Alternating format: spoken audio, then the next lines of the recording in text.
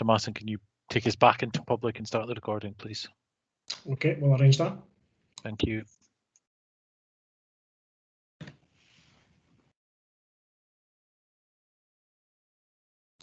That's it. Okay, thank you, Mr. Masson. Right, we're still on agenda item 12.2, listing out inner city multi-storey blocks. Any further questions for officers? No.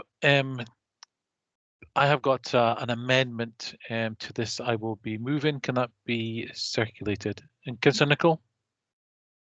Convener, point of order, standing order 40, length of meetings. We've now gone 6 hours. I would say the meeting should now be finished. Okay. In terms of standing order 40.2.1, if there is 20 minutes of breaks, then the meeting can continue. No, I think you'll find a meeting will last no longer than 6 hours, and you can call a break at any time. If a meeting goes beyond 6 hours, you have to call a 20-minute break, and it doesn't include any adjournments. Now, we've had 2 adjournments, and that's added up, and Mr. Masson advised that it was 8:22 was the end of the 6-hour period. So can we have some legal advice on Yeah, this? of course. Ms. Lawson, can you come in and give us some advice on this? I think there was a separate one called. Thank you, Convener. Yes, the standing order states that, if you bear with me 2 seconds. So the standing order does state that meetings will last no longer than 6 hours. However, if a meeting continues beyond 6 hours and where there has been no break proceedings, the convener must call a 20-minute break in proceedings in line with the working time regulations. I'm aware of case law that mentions that the working time regulations doesn't have to be 20 consecutive minutes, provided that the breaks that have been taken are still relevant to the person's, as valuable to the person's well-being. So it would be for yourself, convener, to determine interpretation as you wished. Okay, so we can continue. Thank you, Ms. Lawson. I've got a further question, sorry. The standing order at 40.2 says the meeting will last no longer than 6 hours. And I'm not doubting that the convener can call a break at any time. But if a meeting continues beyond, they obviously must call a 20-minute break. Well, we've already had 20-minute breaks and the meeting has gone on for more than 6 hours. So are you saying that a council meeting can last indefinitely? Is that the legal advice that we are being given, providing we've had a 20-minute break at some point? Because I'm not really interested in the working time regulations. I'm really interested in the welfare of our staff. Much has been said about their hard work, but I think it's now 8:30 at night and the meeting has gone on long enough. And obviously the rule goes on to suggest if it's adjourned to another date, that gives the convener a power to obviously speak with the clerk. Now, I find support for my position in the fact, for the avoidance of doubt, the calculation of 6 hours will not include any adjournments. Now, 40.2 says 6 hours, and we've now gone 6 hours excluding the adjournments. That doesn't make sense what you're saying. Okay, I just maybe, sorry, Ms. Lawson, did you want to come back in there or? No, I was just going to, thank you, convener, point out, obviously we do have a scheme of governance review coming up, so perhaps it's worth looking at the wording for that, so I'll take that away as well. Okay. Well, the only other time this has come up, funnily enough, was in Finance Policy and Resources during my time, and that was back in 2016. And the ruling from the legal at the time was that quite simply we had 40.2 meetings do not go beyond 6 hours. And if we wanted to continue beyond that, then we required to actually go to a vote on that to suspend standing orders. That's the precedent that was set back then. I think that's still the position. I'm sure Councillor Yule, who's been around much longer than the rest of us, can perhaps help with that. But if that is the case, then we need to move to suspend standing orders, and we require a 2/3 majority in order to continue with the meeting, because otherwise a meeting of the council could last forever, and there would be no point in having mention of a fact that a meeting can last no longer than 6 hours. And I believe also the standing orders have changed since that time you were referring. Mr. Marston, did you want to say something there? No, yes, that's what I was going to say. I think the standing order had changed since 2016. Okay, I've heard the legal advice. I'm quoting from the 2020. Yeah, but you're referring, and that's what it says. You were referring to a meeting that took place before that standing orders came into effect. Well, so there was a 6-hour rule there then as well. I've heard you. I've taken the legal advice and will continue. So I will be moving the recommendations that I have. I'll ask for to be distributed now. Is anybody else moving anything else? We don't know. We haven't seen what you've got. Well, it's will be coming out. Yeah, I'll just get them on the screen just now.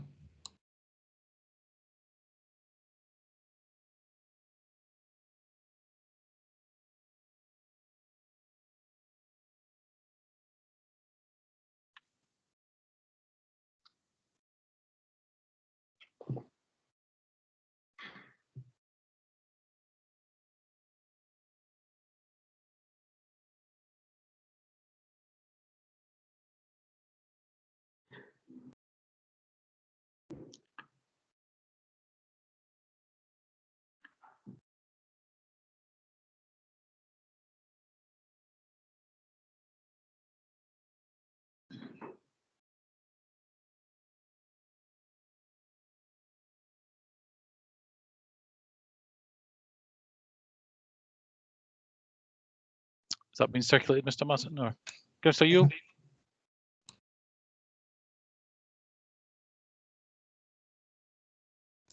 Thanks, convener. Sorry, I just opened it up again. A couple of questions, if I may, convener. In relation to your point 4, which existing budgets? We have lots of budgets. Which one are you proposing that this come from? I'm not saying I disagree with your intention. I'm just asking where the money would come from. It would be my intention would be the existing legal consultancy budget. Okay. Perhaps you could. Would you be agreeable to amend your motion accordingly? Yes. Could I just confirm that with Mr. White? Actually, that would be competent. Okay, and in relation to point 5, I certainly wouldn't dream of speaking for Kevin Stewart. I've got enough trouble speaking for myself. But my understanding is that he has no ministerial role in relation to this, not least because it's in his constituency. And so, convener, would it not means obviously you can move whatever you want, but would it not make it more sense to write to the city's MSPs and not just pick on one of them or single out one of them, in the hope that our 3 constituency MSPs, and for that matter, let's not ignore the list MSPs, might all get on side with this, and that presumably, convener, would be a stronger argument and a stronger case being made than just lobbying one individual MSP. But it is, of course, up to you who you wish to lobby, but those who are of a suspicious frame of mind might think that you were being political and just singling out the one individual, when if you were genuine about wishing to lobby and change this decision, it would make sense to contact as many folk as possible. Yeah, I would suggest it's not me being political, Councillor Yule. I'll bring in Mr. Belford. I know his hand was up about the first query. Am I right in thinking about that budget line, Mr. Belford? Yes, convener. Just wanted to confirm that would be competent to use that budget. Okay, thank you. Councillor Nicholl, did you have a question on what I was proposing to move? Yes, it's really possibly legal would be the best to answer this.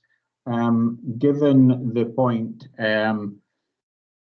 if we're writing a letter to Mr. Stewart in his capacity as a local government minister, given that he has already commented on this and he's in any case the local MSP, is it competent for him to be in any way involved in the decision-making process as far as any appeal goes? Or is it the case that we can only write to him as the local MSP because he's not allowed to have a ministerial role in this for a range of reasons? And in actual fact, we should be writing to, I think it's actually Fiona Hislop. You know, it strikes me that once again, we are kind of making ourselves look stupid here. Well, I think that's probably more a question for the legal department of the Scottish Government, whether he can add a response or not. He, you know, he is at the end of the day the local government minister. He is at the end of the day the housing minister.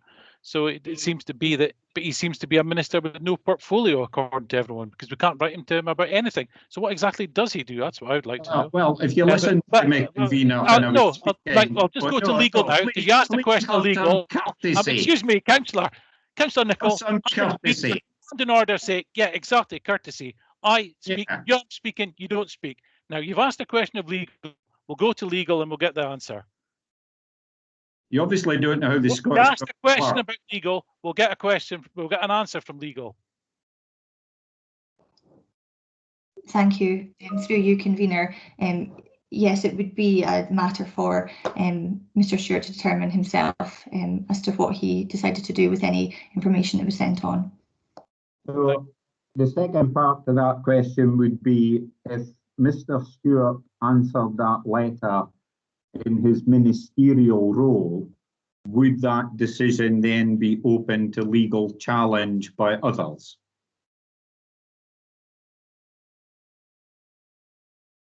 Once again, I would imagine that's a question for Scottish Government's legal person. Well, I'm asking our legal person because there's no point in us getting into a legal row where we end up losing on a technicality. Thank you, convener. Yeah, as I say, without sort of seeing the detail in terms of the request that would come to him, it probably would be for his own legal advice to advise him in terms of what to do with a response. Thank you. Councillor Cook. Just building on Councillor Nicholl's point, Kevin Stewart has already recused himself from any ministerial role in planning or listing decisions affecting Aberdeen because he is the local MP. Now, if this were a listing decision in Dundee, yes, he would certainly be in a position to determine it. But because it's Aberdeen, he's already recused himself from those decisions. So writing to him at his ministerial office as the minister is completely pointless. If you write to him as Kevin Stewart, MSP, at the Scottish Parliament or at his constituency office, he will undoubtedly support lobbying the Scottish Government on this matter because he's already made his position clear. But writing to him as a minister at his ministerial office just makes the council look stupid and trying to score petty political points. So, Councillor Cook, does that mean that anything that involves planning or housing, we don't have a minister available to us to write to? That just seems a crazy situation to be in. So, No, Councillor Cook, I am moving what I have put out. Now, if anybody else wants to move something else, they're quite entitled to. So are you moving something else? Well, yes, I'll just go with the recommendations. Right, you're going with the recommendations, right? Have I got a second there for mine? I mean, if we're going to be silly, let's just have the debate. Now, I am moving, right? Have I got a seconder? Councillor Grant, thank you. Councillor Nicholl, do you have a seconder?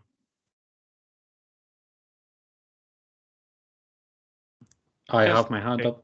Yep, got you. Okay, so I'm moving the amendment that I've put forward today. I think something we do agree on, that this decision is bonkers, to be honest, to list all of these multi-stories. I think there's serious risks about our housing revenue account, what impact it might have on there. There's serious risks on our tenants that are not just in these blocks, but right across the city. And of course, there's serious concerns for owner-occupiers within these blocks also. So I think we have to do everything we possibly can as a council to try and reverse this decision. This is why, I'm happy that we're going to appeal the decision. I think we've got to look at a judicial review to see if that is a possibility and a way forward. And the other thing we should be doing is writing to the housing minister and the person responsible for local government, Kevin Stewart. It's pointless for him to say, "Oh, I've just recused myself from any decision involving Aberdeen." He's even recused himself from a decision that's not even in his constituency, and I'm speaking about Rubes Law, but I don't want to get into that just now. So we've put a letter together. Now it's going to be available for all group leaders to sign if they wish. If all groups are serious about doing everything they can to reverse this decision, then they should get on board and sign it. Or maybe if it's all just hot air, then don't. That will be your choice. So I'm happy and I'm content to be moving what we've put forward today. And I would like to see what everyone else has got to say. Councillor Grant.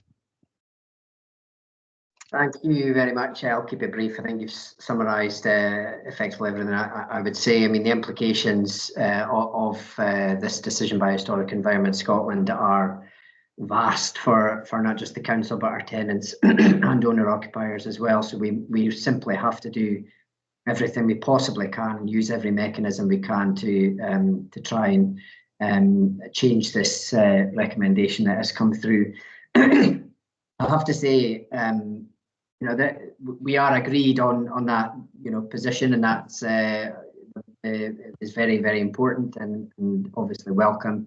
But there is a chance here, I think, for the local government and housing minister to, strongly represent the strength of feeling across all political groups and across the city as well. So, I think it is important that we use this number 5 and the amendment, the convener's proposed motion to push that forward. So, I hopefully welcome other group leaders, if we can get the approval on this, to consider the terms of the letter and sign it, and do everything we can to push this on and get a good result for the council and those tenants and owner occupiers. Councillor Nicholl.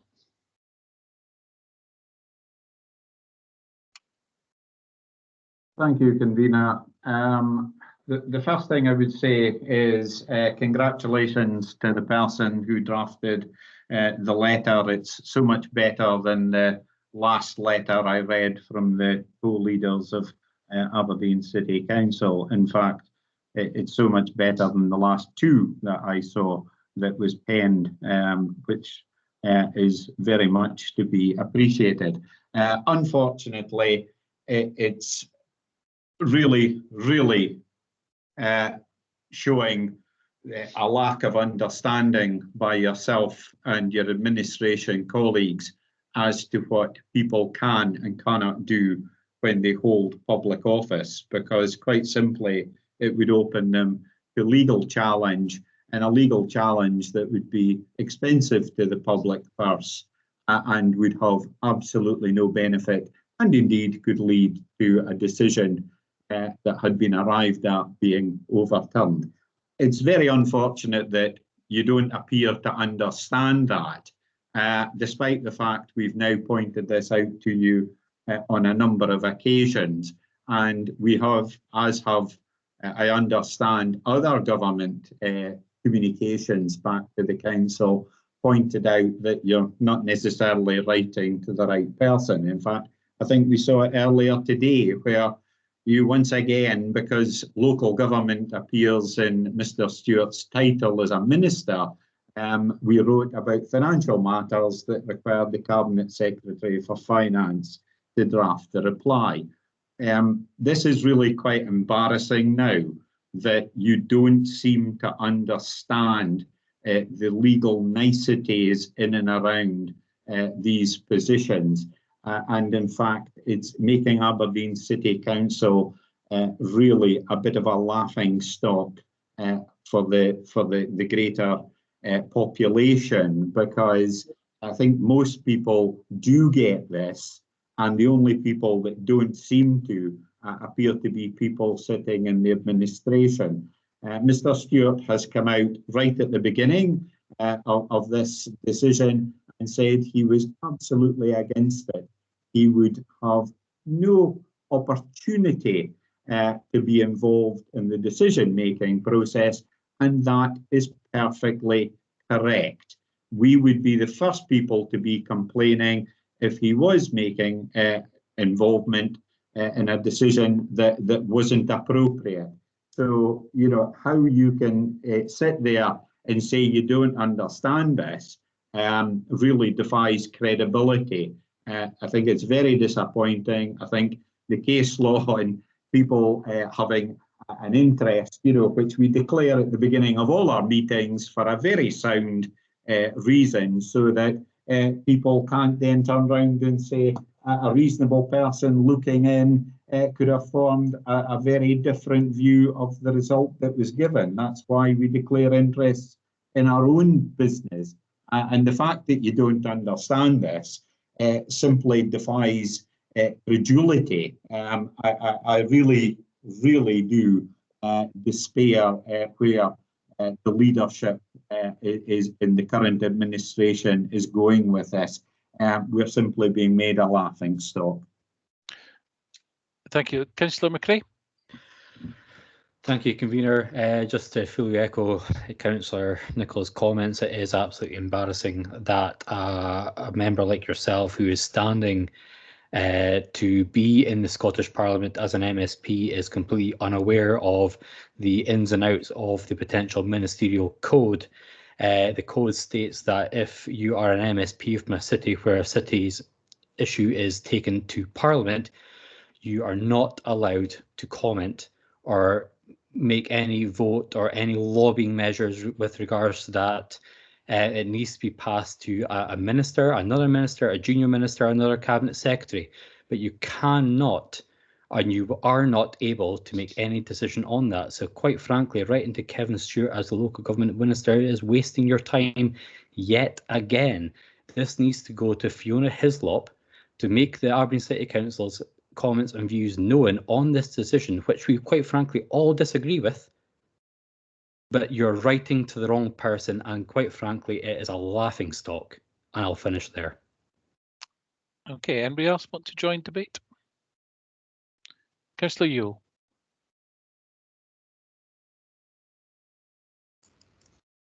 Thank you, Convener. I shouldn't be surprised by what you've moved, given what we've gone through today.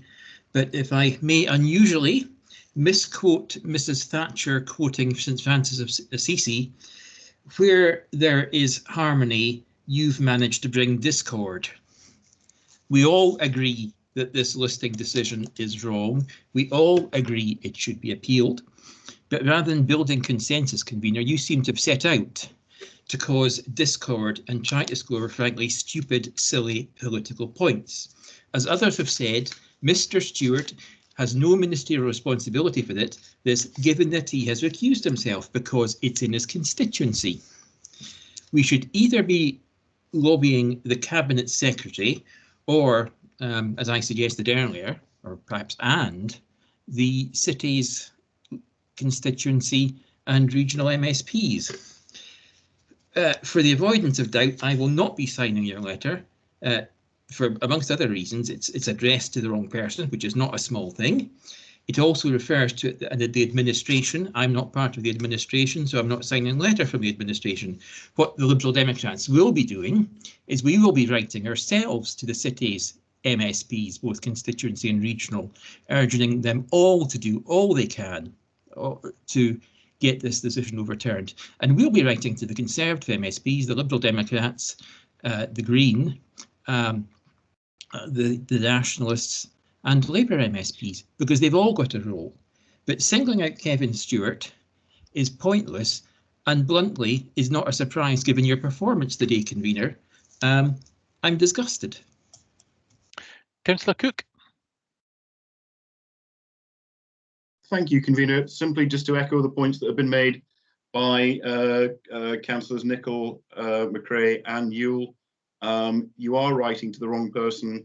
You should know the most charitable explanation for this stupid motion of yours is that you simply do not understand how the Scottish Government works. That is the most charitable explanation I can put on it, because I assume that if we had a problem on education or on transport or on health, you'd still be wanting us to write to Kevin Stewart about it. And I think when people watch this recording, they will know very clearly that this has got nothing to do with sorting the stupid decision on the flats. And it's got everything to do with you seeking to score political points in your doomed to failure attempt to be elected to the Scottish Parliament. Thank you, Councillor Cook. Councillor Lang. Thank you very much, convener. I'm obviously pleased to support the motion that you've laid down today. You know, I think when Historic Environment Scotland came to the city and held a briefing session for elected members about their intention to list these buildings, I think to a man and a woman, we were surprised and outraged by the suggestion because of the implications it could have, and I don't think that has changed since that point. It's particularly pertinent to me because two of the buildings sit within the area that I represent. The buildings in question have probably the largest number of home owner occupiers within those blocks. So I'm very conscious that the impact of this listing will not just be on the council tenants, who we obviously have a responsibility to through the housing revenue account, but also to the owner occupiers who, when purchasing their flats within these blocks, had no idea of what might be coming down the line. I think it's important that because of that, we use every channel that we have at our, you know, at our hand to make sure that we are making our views felt. That's why I'm supportive of you when you bring forward the recommendations in relation to seeking an opinion on a judicial review, and indeed supporting that appeal that should be made prior to that. But if that is not successful, then I think we have to look at other avenues to, you know, to see what we can do to make sure that the impact of this decision is mitigated as much as possible. Now, you know, there's been a lot of outrage. I mean, I did have to laugh because from the opposition members, all they spoke about in their, you know, their contributions was indeed the political aspect, the Kevin Stewart aspect. Nobody was mentioning anything about what the actual decision, initial decision has been, or how we could go about remedying that. And then they've got the nerve to accuse you of being the one that's politicised the whole thing. I mean, I don't think it's unreasonable that we write to a government minister who is responsible for local government and housing, and indeed, obviously, represents a constituency within the city. Now, everybody's got up in arms saying that it's not the right person and all of this kind of thing. I think wasting your time writing to Kevin Stewart, well, I felt that in the past, I have to say. I share that when Councillor Nicholl said about wasting our time.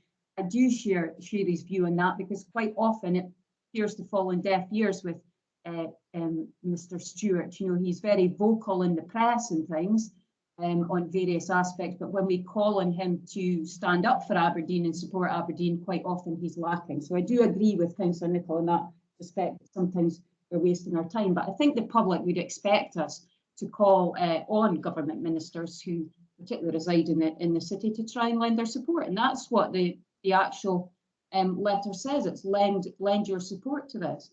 Now, Councillor Nicholl mentioned about opening them up to legal challenge, and we're on at great length about you know, how stupid we are because we don't understand the legal process. I wasn't aware that, you know, he was a lawyer. Maybe he can correct us if he's, you know, if that is the case. But what I would say, just as our legal advisor today, Ms. Lawson, said, it would be a matter for Mr. Stewart and the legal advice that he would get at the Scottish Parliament as to what he can and can't do. And I would have expected that when he receives the letter, he will look into that and he will respond accordingly. And that will be his right to do that. Now, I also respect Councillor Yule when he says he wants to go off and write to other people. That's his right to do that as well. We might have, you know, we would have thought maybe, you know, a bit more about it if that's what the opposition had brought forward. But as far as I can see, Councillor Nichols said he was moving the recommendations that were in the report, which doesn't contain any of the aspects about judicial review or any of that, and not writing any letters to anybody about it. So I think the public, when they watch this, will make up their own minds around who's trying to politicise this question and who isn't.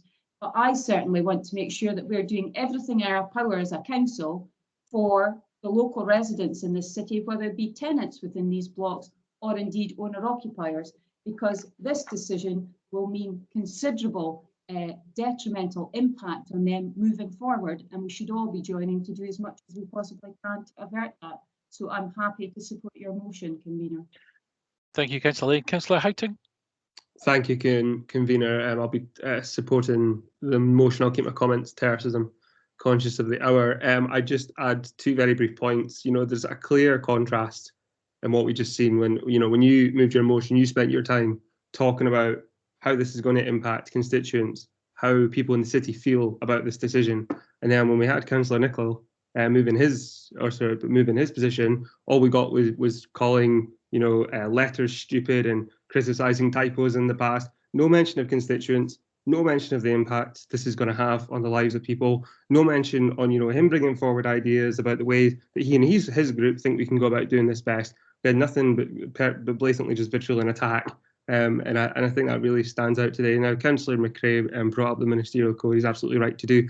7.6 of the Scottish Government Ministerial Code says that ministers are free to make their electorates' views about constituency matters known to the responsible minister by correspondence, leading deputations, or by personal interview, provided they obviously make clear that they're acting as an MSP and not trying to, you know, do so as a minister. So the capacity to do that is clear. Now, if you actually read the letter that we wrote, and I don't think many people have, it's quite clear that we're not asking him to make a decision, which he can't do, as it's been made obvious, to recuse himself. We're asking him to use the auspices of his elected office to go to influence and lobby on our behalf, as is allowed by provision 7.6 of the Ministerial Code.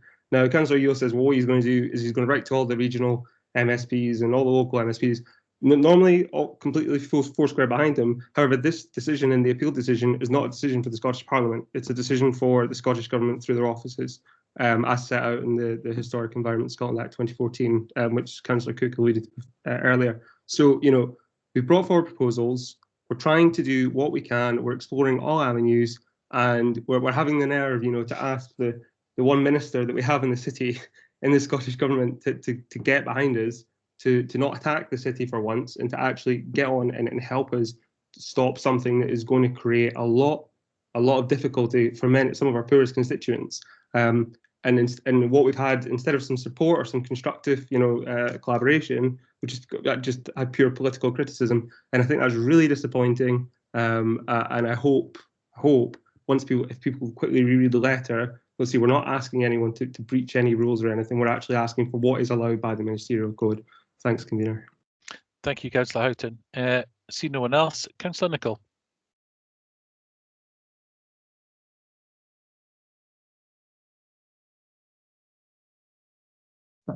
Thank you very much, convener. There seems to be delays and things coming on today. I think really, you know, we've obviously managed to have a situation which I think was summed up very well by Councillor Yule, where we've actually managed to go from something we all agree requires attention and shouldn't be happening, and you've managed once again to cause dispute and disagreement, really, once again, by writing letters that are completely heading to the wrong person and for the wrong reasons. Now, I'll quite happily accept the recommendations contained in the report, and I'll even accept numbers 2, number 3, 4, and 6. But quite simply, why would we be writing to the wrong person? And if we are writing to Mr. Stewart as the local MSP, and I wouldn't have had a problem doing that, we should also be writing, as Councillor Yule correctly points out, to all the other city MSPs and indeed the North East constituency list MSPs. And that includes the Tories, that includes the Labour Party, and that would include, other groups. So I think that would be a totally appropriate way to go about this, and that would have actually had some strength to the mill. But unfortunately, we've once again got into a situation where you want to pick an absolutely pointless fight, where the letter will come back from a completely different person from whom you've written to in response to this.